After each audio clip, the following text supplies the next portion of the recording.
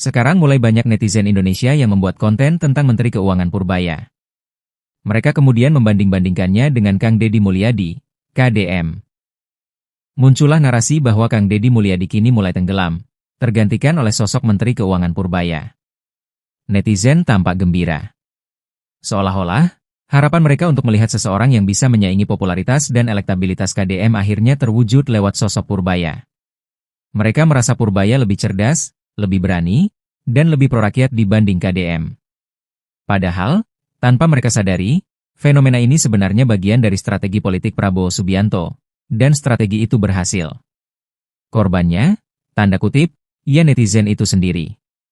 Tujuan strategi ini sederhana, agar rakyat Indonesia memiliki persepsi tertentu, yaitu bahwa kini muncul tokoh baru yang layak dielu-elukan selain KDM. Kesannya memang sadis, harus menyanjung Purbaya sambil menjatuhkan KDM. Tapi dalam dunia politik, hal seperti ini lumrah.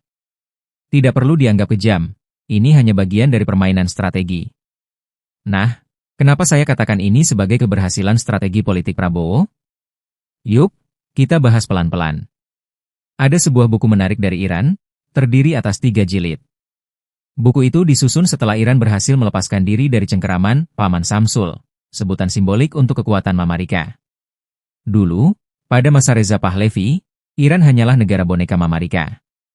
Namun setelah Revolusi Islam 1979, mahasiswa Iran menyerbu kedutaan besar Mamarika dan menemukan banyak dokumen rahasia. Isinya luar biasa, rencana-rencana intelijen untuk menguasai negara-negara lain, termasuk Indonesia. Berkas-berkas itu kemudian disusun menjadi 3 jilid buku, salah satunya berjudul Den Spionase Museum. Di situ dijelaskan bagaimana cara Paman Samsul menguasai negara lain, bukan dengan perang terbuka, melainkan lewat proksi-proksi, tokoh-tokoh lokal yang bekerja demi kepentingan asing. Proksi ini bisa siapa saja, pejabat, ulama, pendeta, aktivis, atau akademisi. Secara formal mereka warga negara setempat, tetapi kepentingan mereka diarahkan untuk melayani kekuatan asing. Itulah yang disebut proksi.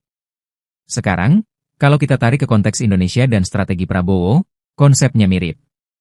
Prabowo paham betul bahwa banyak negara bisa menjadi boneka pihak asing karena terlalu banyak proksi di dalamnya.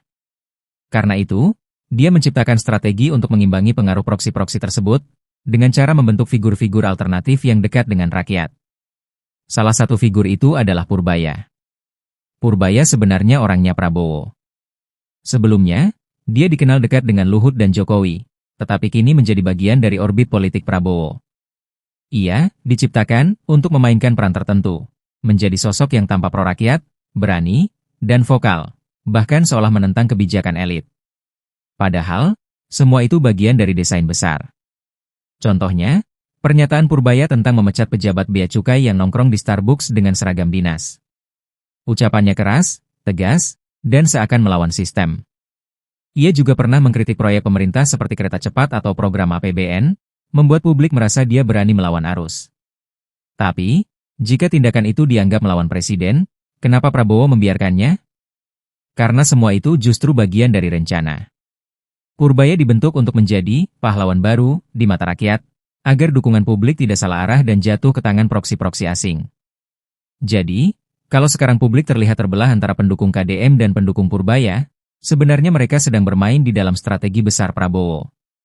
Dua-duanya bukan proksi asing. Justru dengan cara itu, Prabowo berhasil menjaga agar dukungan rakyat tetap berada di lingkar aman, bukan pada pihak luar. Prabowo sudah memetakan ini sejak lama. Untuk wilayah daerah, ia punya KDM. Untuk lingkar istana dan elit, ada Purbaya. Skenarionya makin jelas ketika Purbaya menggantikan posisi Sri Mulyani, yang sebelumnya banyak dikritik publik. Saat itu, reputasi Purbaya naik drastis. Publik menilai dia berani dan berpihak pada rakyat. Maka dari situ, strategi Prabowo terbukti berhasil. Di daerah, KDM menguasai simpati rakyat bawah. Di pusat, Purbaya mendapat simpati kelas menengah dan elit birokrasi. Sementara itu, para proksi asing kehilangan ruang gerak. Jadi, bagi yang menganggap Purbaya sedang menyingkirkan Kang Deddy Mulyadi, kalian salah paham. Yang sebenarnya terjadi, keduanya adalah bagian dari strategi politik besar Prabowo. Inilah politik tingkat tinggi, politik global yang dimainkan dengan cerdas. Kalau nanti KDM benar-benar diproyeksikan untuk level nasional, kemungkinan besar dia akan digembleng langsung oleh Prabowo agar memahami dinamika politik global tersebut. Demikianlah analisis kami tentang fenomena munculnya Purbaya yang dianggap menggeser Kang Deddy Mulyadi. Bukan persaingan, melainkan bagian dari strategi Prabowo.